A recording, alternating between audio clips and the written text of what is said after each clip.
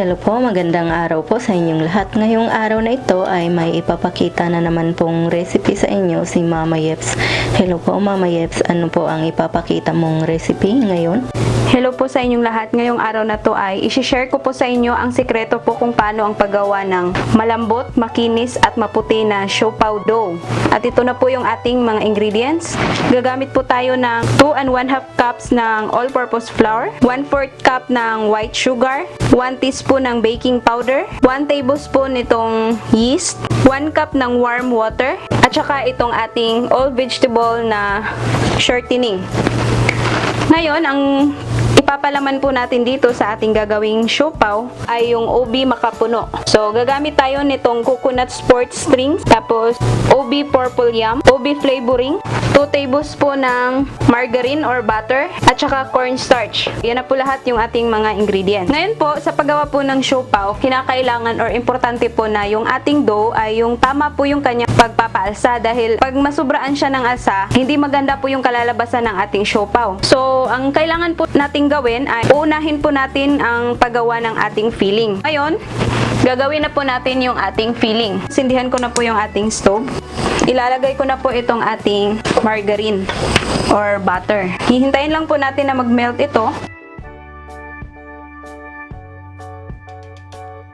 Pero kung gusto nyo pong gumawa ng siopaw na yung palaman po ay yung karne, like chicken asado or pork asado, pwede rin po. Kaya lang ito yung gagawin ko ngayon dahil nakagawa na din po kami ng chicken asado na palaman. So kung gusto nyo pong panoorin, pakicheck na lang po sa aming mga videos. Nandun po yung proseso kung paano po yung paggawa ng chicken asado na filling.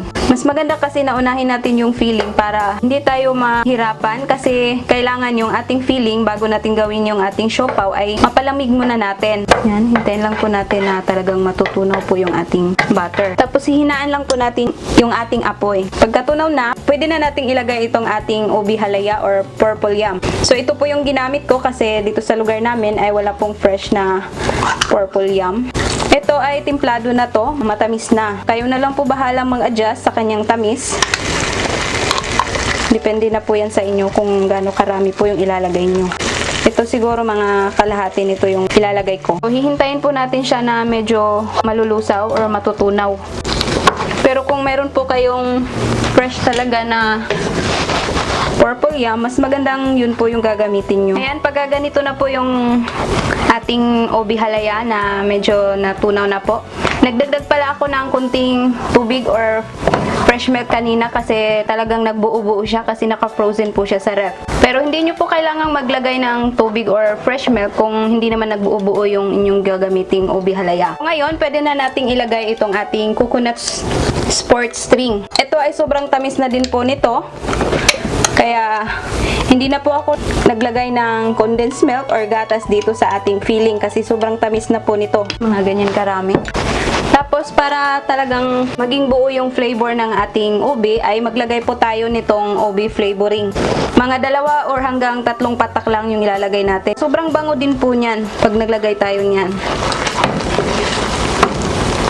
Haluin lang po natin. Diba, mas lalong tumingkad yung kanyang kulay nung naglagay tayo ng ube flavor. Tsaka sobrang bango po. Tapos ngayon, ihanda natin yung ating cornstarch. So, meron po ako ditong mga 2 tablespoon na cornstarch. Lagyan po natin to ng tubig para matunaw. 2 tablespoon lang din na tubig ang ilagay natin para matunaw itong ating cornstarch. Ito ay pangpalapot dito sa ating filling kasi pag ganito yung consistency, 'di ba, mahihirapan po tayo na ilagay yung filling doon sa ating siopaw kasi hindi natin siya masisealed kasi yung filling natin pagka ganito ay medyo basa pa siya. So kailangan natin na medyo lalapot pa yan. Kaya maglagay tayo nito. Yan, hindi ko po siya ibubuhos lahat. Paunti-unti po yung paglagay ko para matansya natin kung gaano karami po yung ating kakailanganin na ilagay dito. Yan, mga 2 kutsara muna, tapos haluin natin para malalaman natin na manaba or magdagdag pa tayo. Siguro dadagdagan ko pa kasi medyo basa pa siya. Basta mahina lang po yung apoy natin para hindi siya magbuo-buo. Uubusin ko na to lahat. Yan, hahaluin lang natin hanggang sa umapot siya at makuha natin yung gusto nating consistency nitong ating filling. Papatuyuin po natin to ng konti. Yung tamang-tama na pwede na nating ipangpalaman ng ating siopaw. Yung iba na gumagawa nitong OB siopaw ay talagang ito mismo hinahalo nila sa kanilang dough. Pero ako, gusto ko talagang yung gagawin nating dough ngayon ay yung puti para maipakita ko sa inyo yung sekreto kung paano po talaga yung paggawa or yung ma-achieve natin na yung ating dough ng siopaw ay maputi at saka makinis. Yan, mga ilang minuto pa para talagang matutuyo itong ating filling. Basta halo lang tayo ng halo para hindi manikit sa kawali at hindi masusunog po yung ilalim. Ngayon po ay simulan na po natin gawin yung ating dough ng ating siopaw. So unang-una po ay ang gagawin natin ay magpapa-activate po tayo ng yeast. Dahil itong gamit ko po ay active dry yeast, so ito ay kailangan po siyang i-activate muna sa warm na tubig or kung gatas po yung gagamitin natin. Dito, para mas mabilis natin siyang ma-activate, kukuha lang po tayo ng sugar dito sa ating 1/4 cup kanina ng 1 tablespoon. Dapat yung tubig natin ay warm lang ha, hindi yung malamig at saka hindi rin sobrang init dahil hindi po aalsa yung ating yeast niyan. Tapos ngayon, pwede na nating ilagay yung ating yeast. Tutunawin lang po natin ng konti. Tapos, itatabi muna natin para ma-activate siya. So, mapapansin natin yan mamaya na bubula siya sa ibabaw pagka na-activate siya ng mabuti. So, itatabi ko muna siya. Ngayon, ang gagawin natin ay paghalu-haluin muna natin yung ating mga dry ingredients. So, dito sa ating 2 and 1/2 cup ng all-purpose flour, pwede nating ilagay itong ating natirang sugar at saka itong ating 1 teaspoon na baking powder. Haluin muna natin. Pagka nahalo na natin, ay isunod po natin yung ating vegetable shortening. So, ito po talaga yung sekreto na nagpapalambot ng ating siopaw. Yung all vegetable shortening po yung gagamitin natin. At saka, nagpapaputi din dito sa ating siopaw. So, ang ilalagay natin dito ay 3 tablespoon lang po. Yung iba, ang nilalagay nila ay mantika. Pero, kung mantika kasi, di ba yung mantika ay hindi siya kulay puti. So, may tendency na yung ating dough ay parang yellowish. Kaya siguro yung mga siopaw ng iba ay yellowish kasi yun po yung ginagamit nila. Pero pagka itong all vegetable shortening po yung gagamitin natin, talagang maputi po yung ating dough ng ating siopaw. Ngayon, para ma-incorporate natin tong mabuti ay kakamayin natin. So, dapat malinis po yung kamay natin para mahalo po natin sila ng mabuti. Kasi kailangan natin to na hindi siya magbuo-buo. Dapat maihalo natin ng mabuti yung ating all vegetable shortening dito sa ating harina. Tingnan nyo po yung ating yeast yan, di ba? Nag-activate na siya. So, ready na po ito. So, pwede na natin yang i-mix dito sa ating flour mixture. Yan, hahaluin lang po natin hanggang sa mabuo po itong ating dough.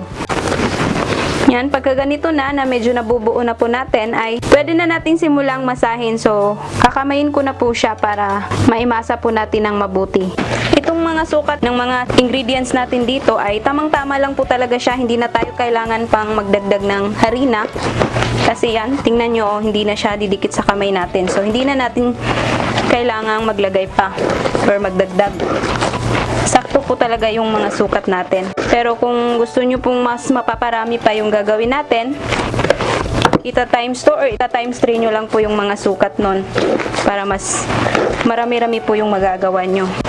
Tsaka mabilis lang po itong mamasahin kasi yung dough natin ay malambot po siya. Hindi katulad ng mga dough tulad ng pandesal or ibang mga tinapay na kailangan siya ng masahin ng mga ilang minuto para mas mapabilis yung pag-smooth ng kanyang texture. Ito ay mabilis lang.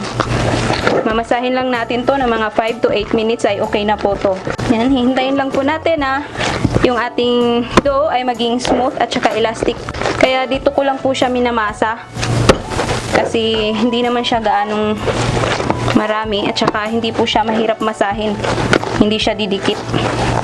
Ayan po, pagka ganito na yung texture ng ating dough na smooth at saka elastic na. So, ngayon ay ready na po natin tong paalsahin. So, bibilugin ko lang po siya. Tapos, ilagay ko siya dito sa ating pagpapaalsahan. Yan.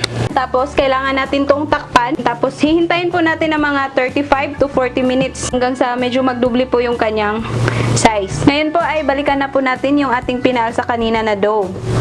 Ayan, medyo lumaki na po ng konti yung ating dough na ginawa kanina. So ngayon, palalabasin lang po natin ang hangin sa loob. Tapos, ilalagay ko siya dito sa ating surface na may konting oil para hindi didikit yung ating dough. So ngayon, hahatiin na po natin siya.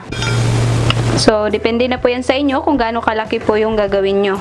Or kung gusto nyo po talaga na pantay-pantay po ang laki ng inyong siopaw, titimbangin nyo po bawat isa para magkapareho po yung laki ng ating siopaw na gagawin. At saka, kailangan pala natin itong parchment paper para dito natin ilalagay yung ating siopaw para hindi aapaw yung ating palaman.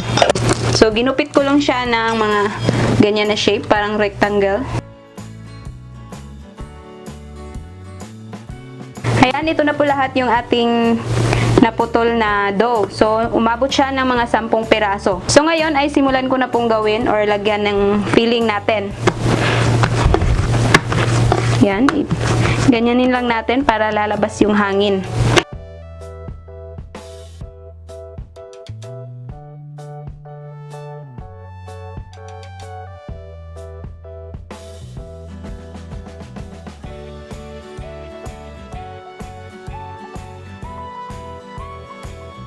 Tapos, ipa-flatten lang natin. Dapat yung sa gitna ay medyo makapal-kapal siya compare dito sa gilid para hindi aapaw yung ating palaman. Tapos, ito na yung pinalamig natin na palaman kanina na ubi makapuno. Kukuha lang po tayo ng mga 1 kutsara. Ayan o, di ba? Natuyo na siya, hindi na masyadong basa. So, hindi na tayo mahihirapan sa pagsira nitong ating siopaw.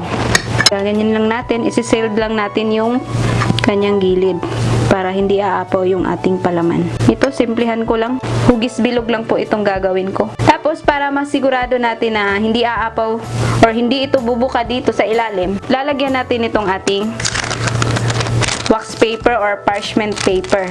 Yan. Tapos, ilalagay ko siya dito sa ating steamer. Tapos ngayon pa lang po ay magpapakulo na po kayo ng tubig doon sa ating steamer. Para pagkatapos nating malagyan to lahat ng filling ay pwede na nating isalang kagad sa ating steamer. At masimulan na po nating lutuin. Ayan po, natapos ko na pong nahulma lahat yung ating siopaw. Ayan, medyo kumukulo na po yung tubig natin. So, ang sekreto po para yung ating siopaw ay talagang maputi. Pagkakulo ng ating tubig ay lalagyan po natin ng mga 2 to 3 tablespoon ng suka. Yan. Yan po talaga yung ginagawa ko para talagang pumuti yung ating siopaw. So, pagkakulo po, dapat yung apoy natin ay mahinang-mahina lang. Tapos ngayon, pwede na nating isalang itong ating siopaw. Hindi ko siya masyadong pinagdikit-dikit dahil aalsa pa po yan pagka maluluto na yung ating siopaw. Tapos, kinakailangan yung takip ng ating steamer ay lagyan natin ng tela. Kasi para kung mag-moist siya, ay ma-absorb ng tela yung moist at hindi mahuhulog diretso dito sa ating siopaw. Kasi yun po yung dahilan na yung ating siopaw ay hindi na makinis yung ibabaw niya at saka yung parang mag-yellowish yung kulay niya. Kaya kailangan nating lagyan ng tela. Dapat ano po siya, yung siradong-sirado talaga. Hindi siya sisingaw. Tapos yung settings ng ating apoy ay nasa mga low heat lang po. Huwag nyo pong lakasan. So ngayon, hihintayin or lulutuin po natin yan ng mga 15 to 20 minutes. Babalikan po natin pagka 20 minutes na. Ngayon po ay 20 minutes na yung nakalipas. So ngayon ay patayin ko na po yung ating stove.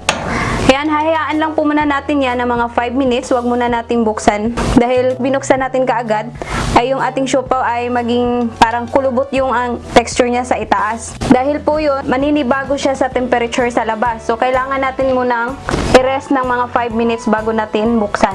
Ngayon po ay pwede na nating buksan itong ating steamer. Yan na po yung ating siopaw. Yan, hahunguin na po natin yan.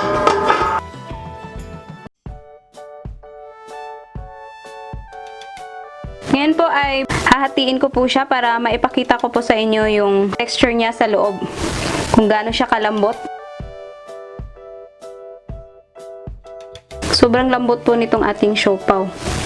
At saka maputi din po yung kanyang kulay. Ito na po ang ating Obe Makapuno siopaw na ginawa ni Mama Yeps. Sana po ay magustuhan nyo ang reseping ito. Sana'y subukan nyo po. At kung nagustuhan nyo, sana'y subscribe nyo at tsaka i-click nyo na rin po ang bell button para updated po kayo lagi sa aming mga bagong upload na video. Maraming salamat po sa inyong panonood. Ito po ang inyong Ate Mayang na nagsasabing mabuhay!